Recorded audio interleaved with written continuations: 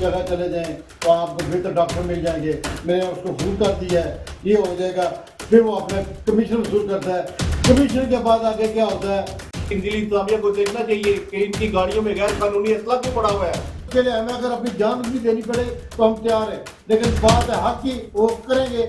जो कुछ हो रहा है हॉस्पिटल के अंदर दिखाएगा वो बिल्कुल ये फाइल पड़ी है, ये हमारे पास पड़ा हुआ है, ये सारा कुछ इन लोगों के नाम, इन लोगों के कटा ये हमारे पास पड़ा है। ठीक है, अमर अजीज साहब जो है वो सरकार की तनख्वाह लेते हैं। ला इलाहा इल्लल्लाह मोहम्मद रसूलुल्लाह। डॉक्टर साहब से इस बारे में हमारी कोई बात भी नहीं हुई है।